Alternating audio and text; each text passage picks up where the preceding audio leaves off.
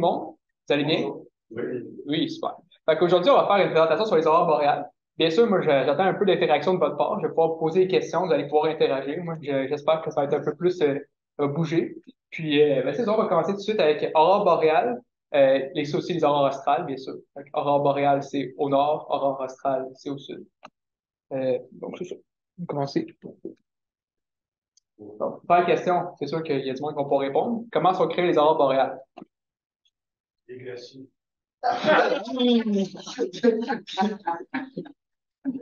C'est quelqu'un qui voudrait. Les vents solaires. Les vents solaires, oui. Une partie de la réponse. En fait, je voulais magnétique posé par le soleil. Les vents solaires. C'est ça. Les interactions avec les isotopes de l'oxygène, En effet. au 16, au 17, au 18. En effet. Donc, en réalité, c'est ça. Les aurores boréales sont causées par le Soleil, qui émet des vents solaires, qui atteignent notre champ magnétique. Puis, les aurores boréales, en réalité, sont créées par les champs magnétiques qui rentrent dans le champ magnétique au nord et au sud. Puis, après ça, ça absorbe l'énergie et ça le renvoie un peu comme dans notre ciel. Puis, c'est là qu'on peut observer les aurores boréales. Il ne faut pas oublier que le vent solaire forme le champ électromagnétique. Ouais. Oui. L'aurore boréale, plus souvent l'idée là-bas, au moins, que dans quel pays. Là. Oui, c'est ça. Puis notre champ magnétique aussi a une queue. Dans le sens que t'es pas parfaitement circulaire. Ça a comme une espèce de queue à l'arrière, en réalité, que ça te fait repousser par le vent solaire. Donc, on va commencer tout de suite par déterminer les différents termes des aurores boréales, parce qu'il y a quand même une terminologie à utiliser propre aux aurores boréales. Donc, aujourd'hui, on va aborder tous les sujets liés à ça, comme ça, vous allez pouvoir vraiment devenir des experts sur comment savoir quand il y a des aurores boréales, puis aussi les différents termes qui sont abordés en lien avec ce sujet-là. Donc, c'est sûr qu'on va commencer par les taches solaires. Donc, admettons, les taches à la surface du Soleil avec une complexité magnétique. Là, ça va lire un petit 2 minutes pour que vous puissiez lire. Puis après ça, on va aborder chacun des sujets une à la fois pour que vous sachiez un peu c'est quoi. C'est ça.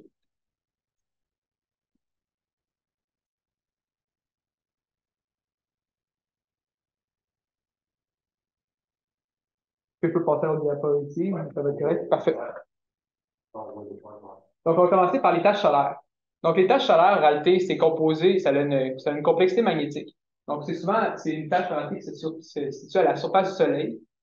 Puis, en réalité, les taches solaires ont une différente complexité, ce qui fait en sorte qu'ils vont avoir des différentes compositions. Autant, je ne sais pas comment l'expliquer, là, mais genre, il y a autant froides que chaudes, puis ça va faire des mélanges de complexité magnétique. Puis, plus que la tache solaire est complexe, plus que ça peut créer des grosses explosions et des mélanges magnétiques qui font en sorte que ça peut exploser. Donc, c'est sûr que, mettons, une tache alpha, ça va vraiment être une petite tache minuscule qui va être composée, mettons, d'une seule petite tache. Mais mettons du bêta gamma delta, là, ça, c'est de la grosse tache qui est mélangée, puis que les différentes complexités magnétiques se mélangent, puis ça peut exploser comme ça. Donc, le deuxième terme qu'on va aborder, les CME. Mais j'appelle ça les éjections de masse coronale parce qu'en français, c'est comme ça qu'on appelle ça, mais tous les gens du domaine de l'aurore boréale appellent ça des CME. Donc, c'est ça. La classification des CME, en réalité, il y en a plusieurs. Il y a la classe A, B, C, M, X. Donc, en réalité, chaque classe augmente de 10 fois plus d'intensité que la classe d'avant. Donc, admettons, une X10 équivaut à 10 fois plus qu'une X1. Mais, admettons, une X1 est collée sur une M9, dans le sens que M9 puis X1, c'est quasiment collé parce que tu fais juste changer de catégorie, tu augmentes presque pas d'intensité. Puis, les éjections de masse coronale, en réalité, sont causées souvent par les taches solaires qui justement, à force de se complexifier puis de faire des mouvements entre eux autres, finissent par relâcher de l'énergie vers la Terre. Puis, cette énergie-là va être captée par le champ magnétique qui va justement créer les aurores boréales par la suite. Attendez juste, revenir en arrière un peu. Aussi, ce que je tenais à dire en lien avec ça, justement, il y a eu une éjection de masse coronale hier ou avant-hier, en tout cas, bref, il n'y a pas longtemps. Ouais, c'est ça. Puis, il annonce des aurores boréales, en réalité, qui sont prévues demain soir. En principe, il devrait y avoir une arrivée de masse coronale, justement, qui devrait frapper le champ magnétique, puis pourrait créer des aurores boréales d'intensité. Je pense que c'est KP6, mais ça, l'intensité va être un orage magnétique modéré ou mineur environ. Fait que ça va être quand même une bonne complexité magnétique qu'on pourrait avoir, puis un beau spectacle qu'on pourrait avoir demain sur Terre. C'est ça. Puis ça, c'est l'image de la CME en fait, qui a été créée. On peut voir le Soleil, on peut voir vraiment que la masse a été éjectée, ça fait vraiment boum, et puis c'est ça. Puis après ça, ici, on peut avoir le radar. Donc, attends, ça, c'est le soleil. Puis ça, c'est la Terre. Puis en fait, ce que ça fait, c'est que ça partit même, puis ça fait une expansion. Ça va le frapper.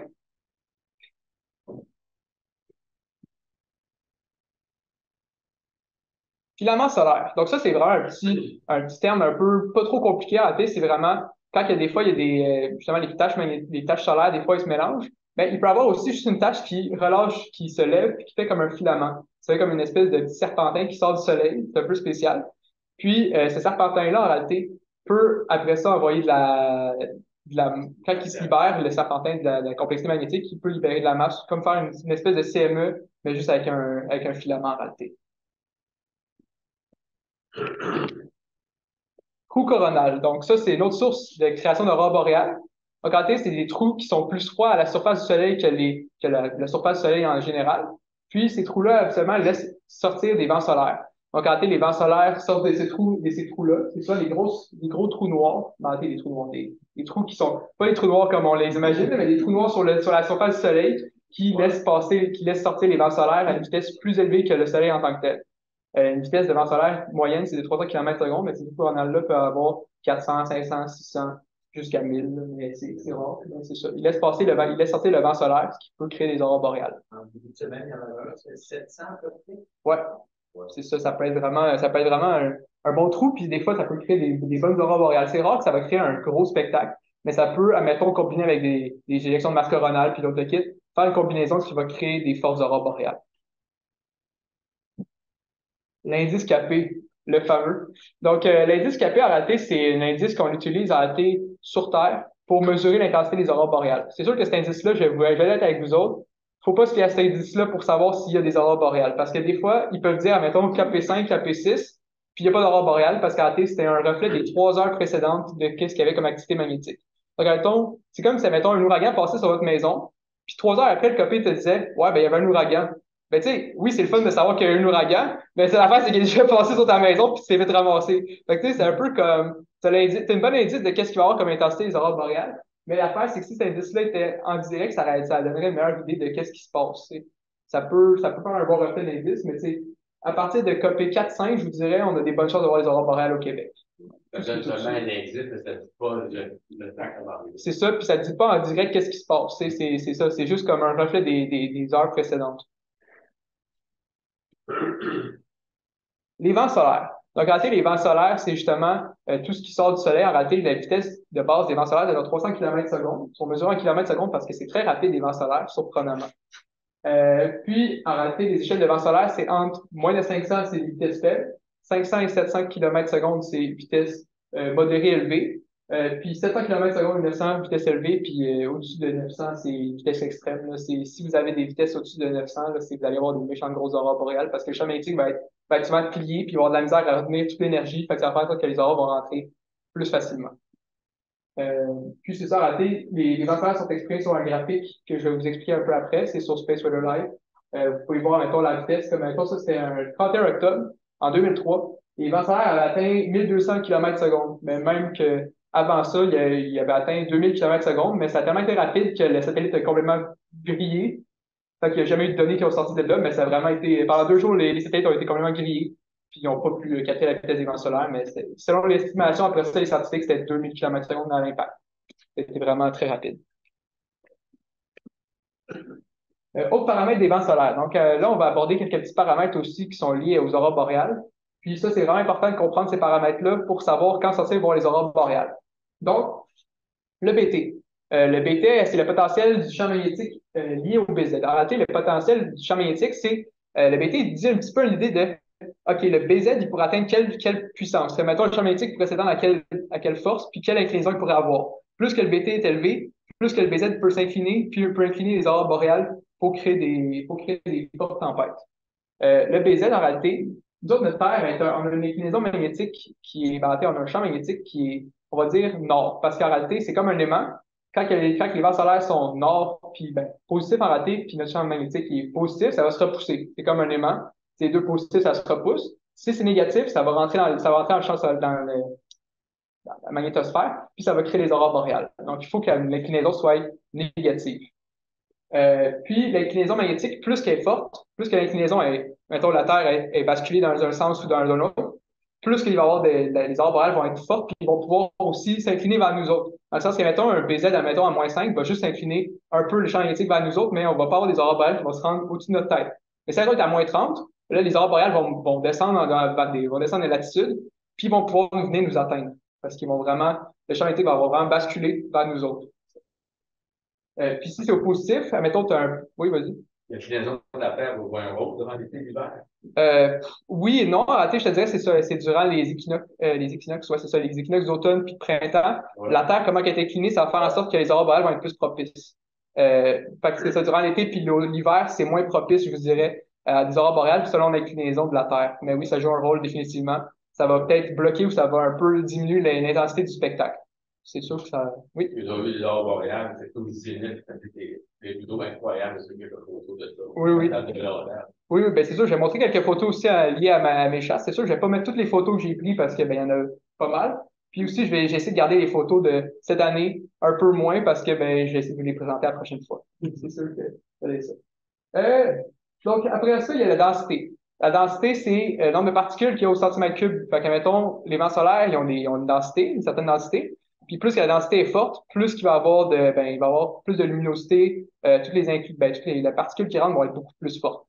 Là, je vais vous donner un exemple, OK? Un exemple de la tempête de neige. Donc, ça, c'est un de mes amis avec qui j'ai discuté, mon ami Michel Pellerin, qui m'a expliqué cet exemple-là. Puis je trouve que c'est un super bon exemple pour vous expliquer comment ça fonctionne les aurores boréales.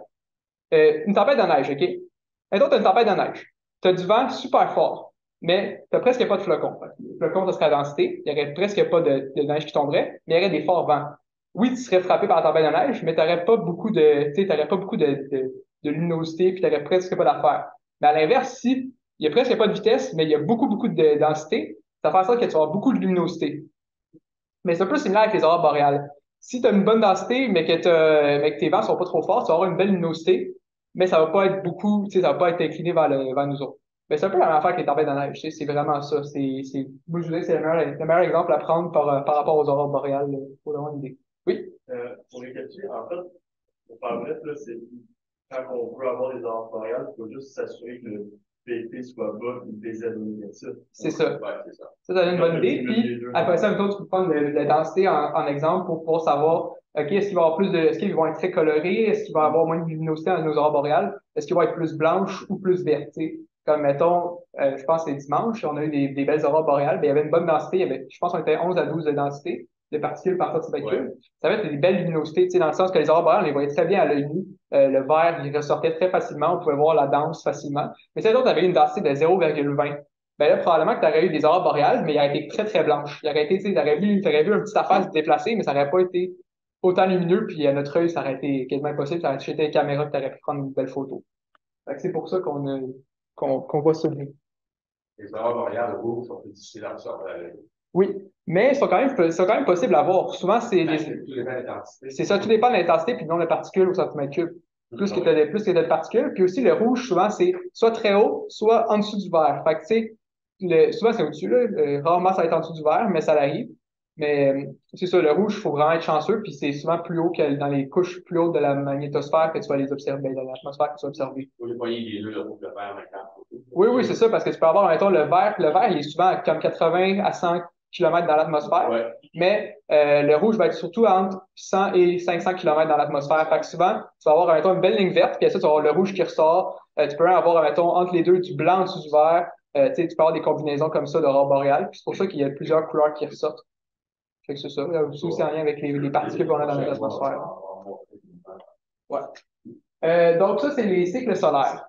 Donc, les cycles solaires, en réalité, nous autres, on est en ce moment en train dans l'augmentation du cycle solaire. Ça, c'est une estimation faite en 2019. C'est sûr que c'est plus d'actualité, dans le sens que notre cycle solaire, on est déjà en train de le battre, là. Ce sera pas comme le 24 qui était quand même plutôt faible. On devrait avoir un million entre le 24 et le 23. Donc, on devrait atteindre le milieu entre les deux. Le cycle solaire, en réalité, c'est estimé selon le nombre de taches solaires qu'il y a à la surface du Soleil. Donc, ils font une estimation, mettons, tu as, je sais pas, 8 taches devant le Soleil, que tu vois, mettons, avec les affaires. Ils font une règle, je pense, c'est de 10 ou de quelque chose de même, qui permet en réalité de savoir le nombre de taches totales qui est autour du Soleil. Donc, puis ça estime ça à tous les mois. Puis à tous les mois, ils ressortent le nombre de tâches. Puis plus que le cycle solaire avance, plus que le nombre de tâches va augmenter. Puis à un moment donné, après avoir atteint le pic, ça va redescendre, puis on va avoir de moins en moins de tâches, puis ça recommence. Puis c'est comme un cycle de 11 ans. Fait qu'au 11 ans, le soleil devient à son meilleur. Puis c'est là que souvent, il y a des plus gros spectacles d'aurore boréale parce que ben, il y a plus de tâches au soleil, fait que ça peut avoir plus de CME, plus de trous coronales.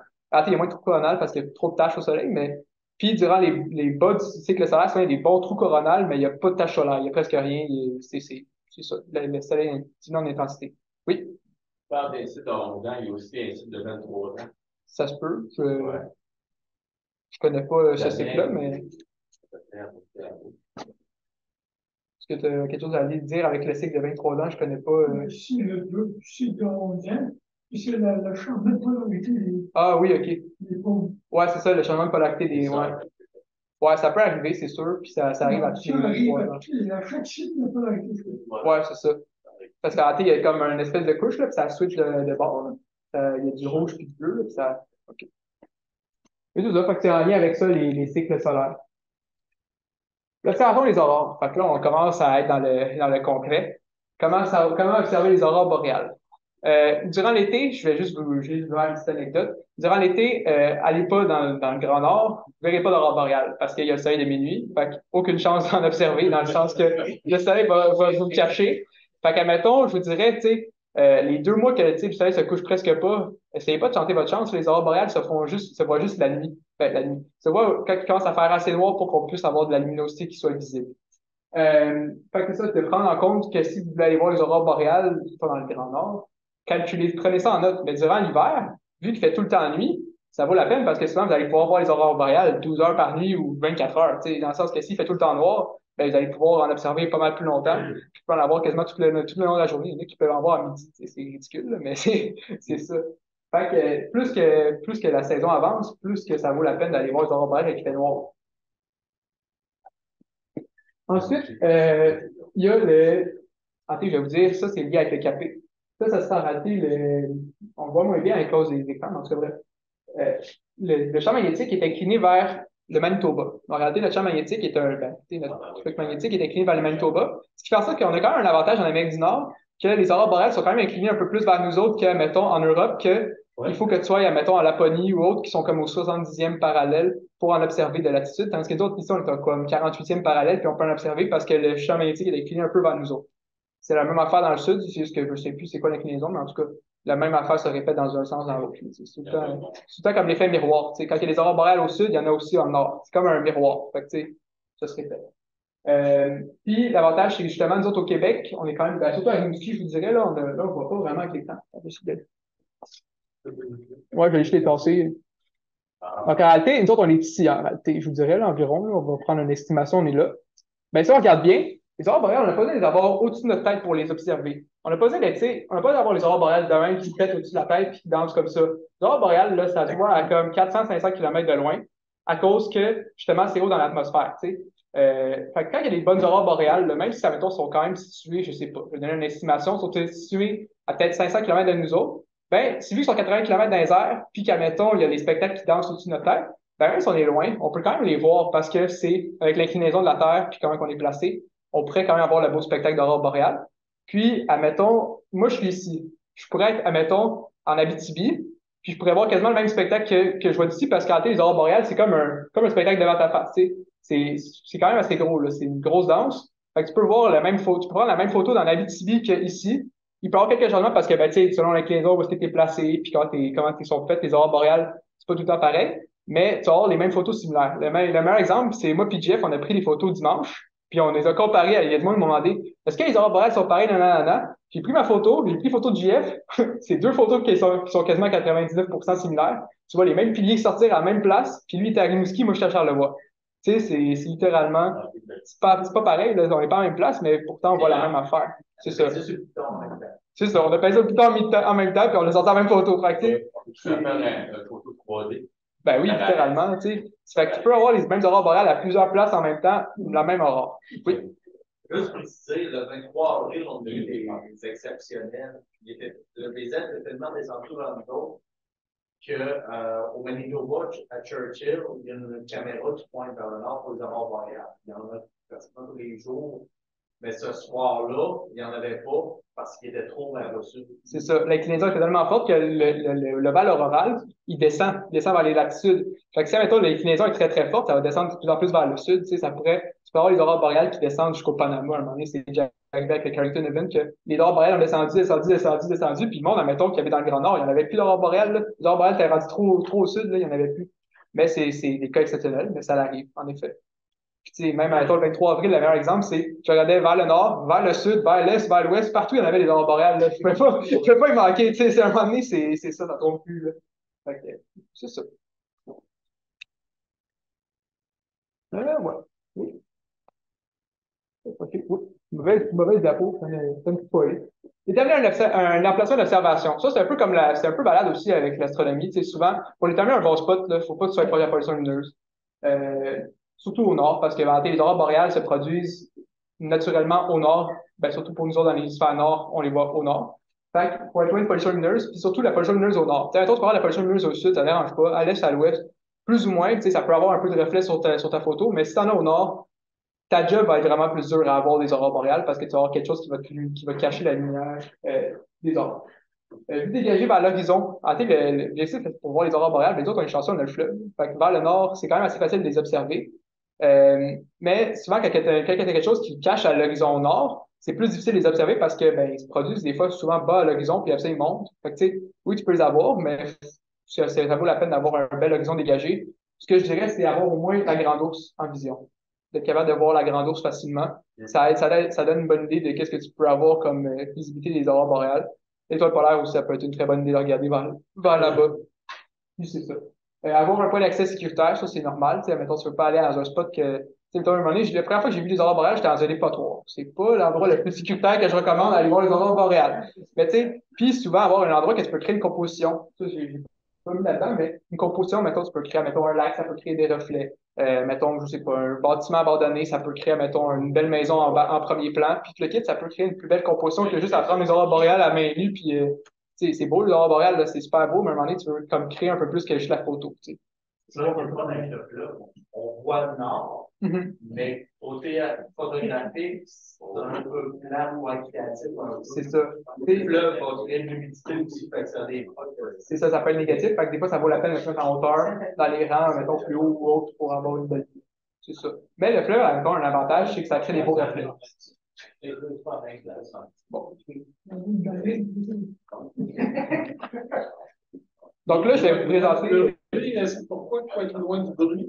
Loin du bruit, ben parce que ça ne tente pas d'être dérangé tant que ça. Là, c'est ça de même. Là. Tu sais, quand tu vas voir ton soleil dans le boréal, moi, j'ai donné un exemple. Tu sais, souvent, quand je vois les aurores boréales, c'est un méchant gros spectacle, j'aime ça avoir. C'est ça, je dis à mes amis, hey, checké ça, non, non, non, tu sais, je parle fort, je suis content. Ben, ça, c'est ça. Tu ne veux pas être proche des voisins pour ne pas les déranger. C'est la même affaire pour eux autres. Ça tente pas de. Ça tente...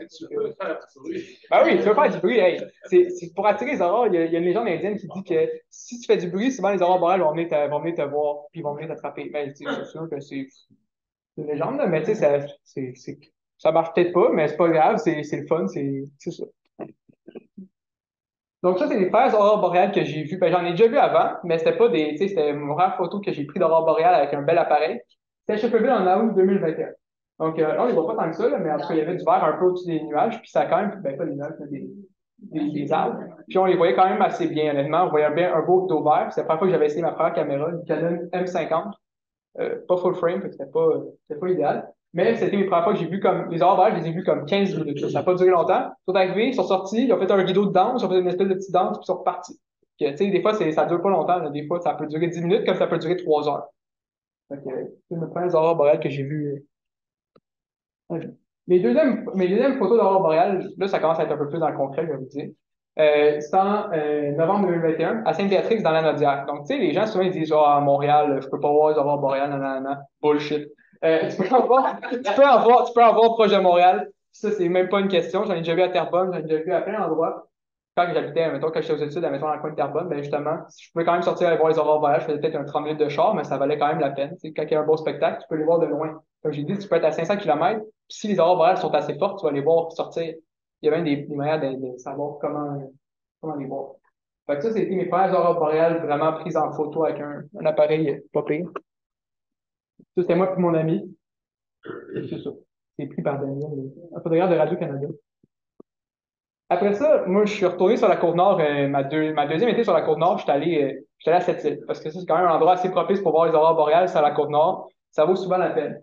Ça, c'était à la pointe de Moisy, puis c'était une soirée en mois de juin, puis ça a été vraiment cool. J'ai eu des nuages luxuescents, puis après ça, j'ai eu les aurores boréales. Fait que c'était vraiment fou, puis j'ai aussi eu la Voie lactée. Je vais pas vous montrer toutes les photos de ça, mais il y a eu des super belles aurores boréales, puis tu sais, souvent, ce qui est le fun, c'est que, mettons, je suis là, puis il y a le reflet dans l'eau, tu vois quasiment le double. Tu sais, c'est vraiment un effet miroir. C'est vraiment cool à créer comme effet. Surtout quand tu commences à faire les photos d'aurore boréale, c'est une belle composition à faire. Puis il était 11 heures le soir, puis on voit encore quand même le soleil qui est presque pas couché. Le soleil il reste couché comme 3 heures à cette île durant l'été. Quand je vous disais qu'il faut prendre en compte le solstice d'été, ben c'est justement, mettons t'es à Clermont, tu ne verras presque pas les aurores boréales parce que ben justement il fait pas assez noir. Fait qu'il faut prendre ça en compte. Laurent, ton temps de pause, c'était combien? Je pense que c'était 6 secondes. 2 secondes. Ouais. Combien ça? Je pense que c'était 3200, je pense. C'était quand même pas pire, mais on les voyait bien à l'œil. Ouais, ouais. Ouais, c'est ça, ça a été une belle soirée. Là, je vais vous présenter dans la première affaire, parce que là, tu sais, on a vu les petites aurores boréales tranquilles. Mon premier orage magnétique! La première fois que j'ai vu un vrai orage magnétique, une vraie danse des aurores boréales. 200 à sortir au Québec, c'est ce Ouais, hein, je pense que c'est ça. Hein. Moi, j'étais à Sept-Îles, toi, t'étais à Rimouski, justement, à Pointe-au-Père. Pas Pointe-au-Père, au Bic, c'est ça. Ouais, puis on a eu des méchantes belles photos, là. Puis ça, le pire, c'est que cette soirée-là, les gens, ils sont presque pas sortis parce que les gens, OK, ils pensaient que vu que la vitesse des vents solaires était lente, bon, on n'allait pas avoir de spectacle d'aurore boréale, mais la densité était à comme 45, 50, là. C'était vraiment intense. Fait qu'on voyait hyper bien les couleurs à l'œil. Je suis retourné dans la ville de Sept-Îles à la fin de la soirée, puis j'étais rendu à ma maison, il y avait pas de lumineuse, puis je les voyais à l'œil nu, le verre danser devant moi. Genre, tu sais, c'était vraiment intense, là. C'était vraiment un méchant beau spectacle. Fait que, cette soirée-là, c'est ça, il y avait une bonne densité. Puis la inclinaison magnétique était quand même bonne. Je pense qu'on était on était à BZ de -8, -9. Là, tu sais, c'était pas hyper gros, mais juste avec la densité de 50, là, c'est quelque chose. Là. 50 de densité, c'est extrême. C'est très bon. Fait que c'est ça, je vais vous montrer. Je sais pas si j'ai la vidéo. C'est la vidéo en prochaine diapositive. Ça, c'est moi avec mes amis. Fait qu'on était vraiment, là, on voit les pieds sortir. Là, c'est vraiment, c'est quelque chose. Je pense que j'ai la vidéo. Voilà. Fait qu'on va vous montrer ça, de quoi ça a l'air, les aurores boréales en direct.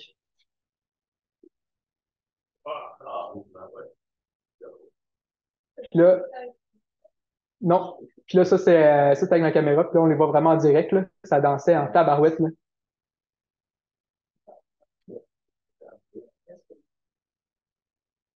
Fait que c'est ça. Fait que ça, c'était mon premier orage magnétique. Puis depuis ce temps-là, ça m'a vraiment donné. Oups. On m'attendait pas vraiment. Ça m'a vraiment donné la piqûre après ça pour la suite des aurores boréales. J'aimais déjà ça, mais après avoir vu ça, j'ai vraiment capoté. Fait que là, on va aller dans les sources d'information. Comment on fait pour savoir quand il y a des aurores boréales? Donc là, je vais commencer par une affaire bien simple. Cette application-là, là, c'est de la merde. C'est ça, étanche. Les gens ils pensent que c'est pas l'application, mais c'est une application qui peut juste te donner un pourcentage, puis le pourcentage est juste au-dessus de ta tête. Fait que c'est vraiment ridicule d'avoir cette application-là. Elle donne pas l'information sur le BZ, elle donne pas l'inclinaison magnétique, elle donne pas la densité. Des fois, tu peux avoir, maintenant, ils peuvent te dire 15% de chance, mais dans aucune devant toi, parce que ben, l'inclinaison magnétique est pas bonne, puis c'est juste comme une estimation. Fait que les gens qui téléchargent cette application-là, ils pensent, oh, ça doit être une bonne application. Ben, je te dirais que si tu veux pas rater les spectacles, prends pas cette application-là, ça va pas t'aider.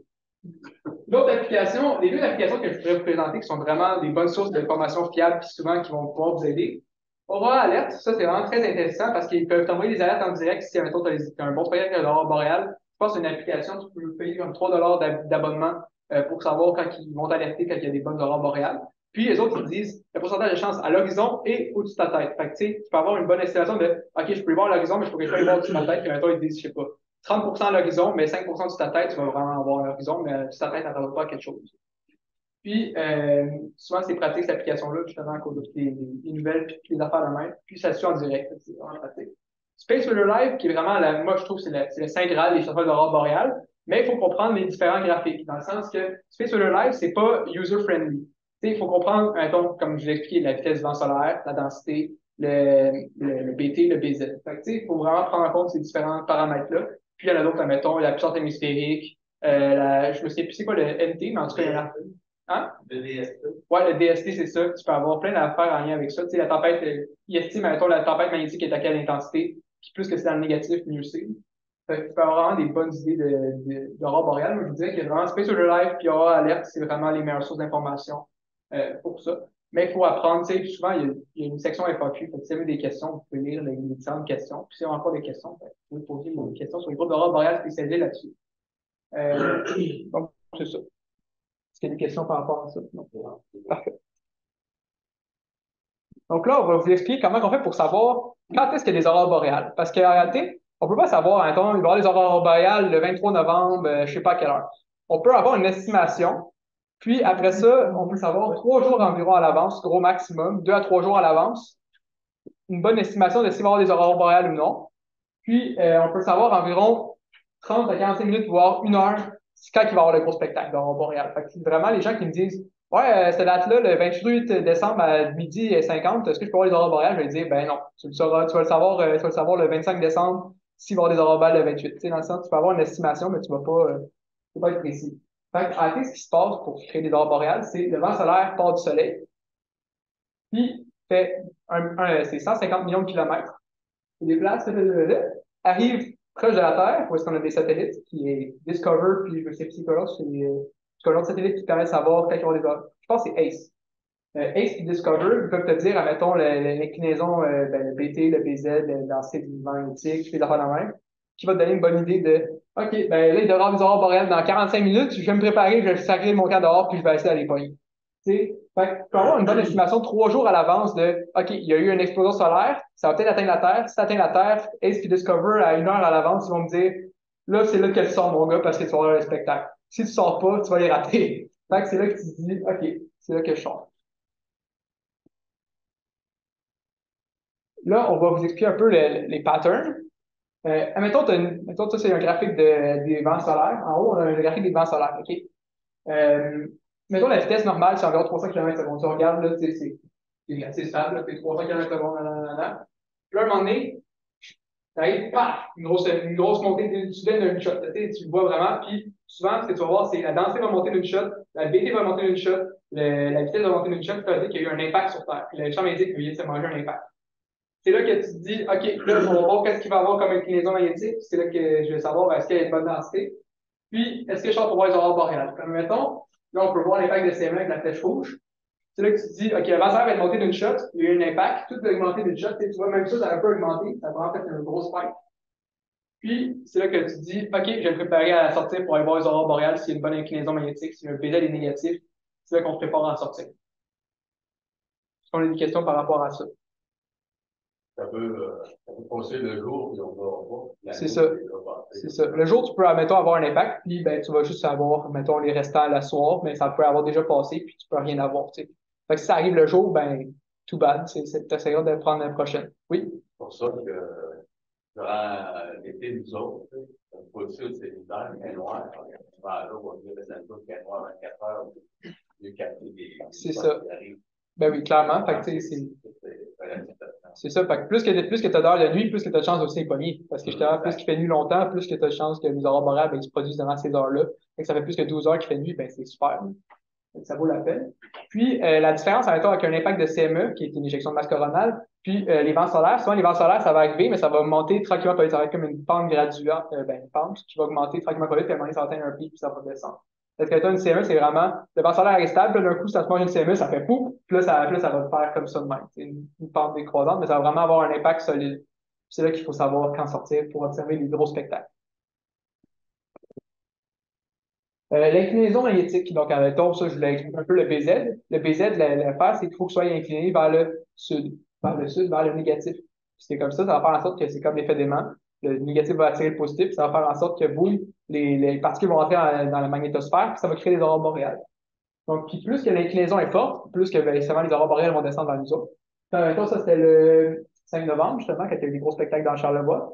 Ben, l'inclinaison magnétique était à -15. Fait que là, -15, c'est super bon. Tu sors dehors, puis tu vas avoir les aurores boréales qui vont s'approcher un peu plus de nous autres, puis on va avoir une belle visibilité. Oui, il est marqué en haut, c'est le moment de sortir. Mais en tout cas, c'est ça. Quand tu vois que les données sont bonnes, c'est le moment de sortir. Parce que c'est là qu'il faut observer les aurores boréales. C'est là qu'il faut regarder s'il y a des nuages ou pas. Parce que, ben, c'est là que tu peux être déçu. Mais s'il n'y a pas de nuages, c'est le temps de sortir. Parce que là, c'est là qu'il va y avoir le gros spectacle d'aurores boréales, tu vas avoir les pieds qui vont sortir. Au début, ça peut être juste un petit ovale, puis ça peut monter d'une shot. Puis, oui. C'est à quel endroit? Ça, c'était à Mirabel. Mirabel. Ouais. à côté de Montréal. Fait que les gens qui disent que Montréal, c'est. Hein?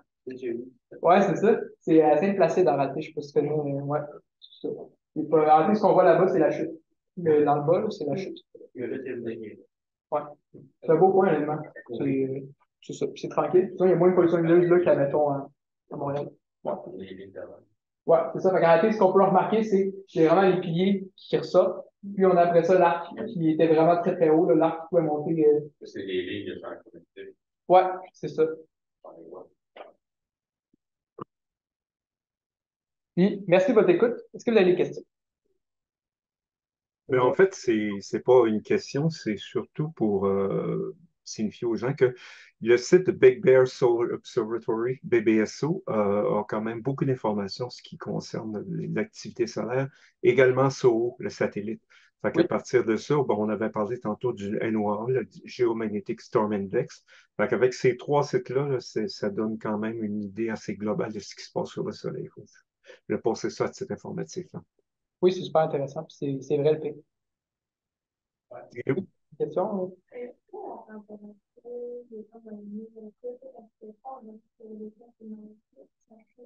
Non, il n'y a pas de lien en réalité entre la température et les aurores boréales, je te dirais. C'est pas parce qu'il fait froid qu'il va en avoir, c'est pas parce qu'il fait chaud qu'il va pas en avoir. C'est vraiment. C'est sûr que les aurores boréales, comme j'ai dit, c'est durant les équinoxes, mettons l'équinoxe d'automne les printemps. Fait que c'est souvent les moments les plus propices. Fait que c'est sûr il fait pas 30 degrés. T'sais. Mais durant l'été, tu peux en avoir que durant l'hiver. Ça ne changera pas. Ça va pas influencer, c'est sûr que. Une relation d'énergie. C'est ça. Parce que quand la tour de fusion est élevée, l'électron augmente de l'intensité du vent solaire. C'est ça, dépend de l'action. Puis aussi, souvent, mettons, l'hiver, il fait plus froid. Fait que souvent, ça peut être, le ciel va être vraiment plus clair. Fait que tu peux avoir une meilleure visibilité pour les aurores boréales que, mettons, durant l'été, quand le ciel est humide, qu'il y a un peu de particules dedans. Puis là, tu vas moins bien voir les aurores boréales, ils vont être un peu plus comme. Oui, c'est ça. Ben, justement, ça aide beaucoup la période de noirceur. Oui. Au Mont-Jean-Cartier, c'est pas pire. Ouais, Mont-Jean-Cartier, c'est définitivement un bon spot. Tous les spots en hauteur, ça peut aider aussi parce que tu peux avoir une vision pas mal plus loin. Tu peux voir les aurores boréales pas mal plus tôt. Quand, mettons, si tu as un endroit que tu vas avoir une visibilité de 35 km, ben, mettons, Mont-Jean-Cartier, tu peux voir à peut-être 200-300 km de plus loin. C'est ça. Fait que, mais ça reste pareil que les aurores boréales sont quand même très hautes dans l'atmosphère. Fait que tu n'as pas besoin d'être si proche que ça pour les voir. Mais c'est sûr que plus que tu es proche, plus que tu vas les avoir au-dessus de la tête. C'est ça. Et voilà. Super.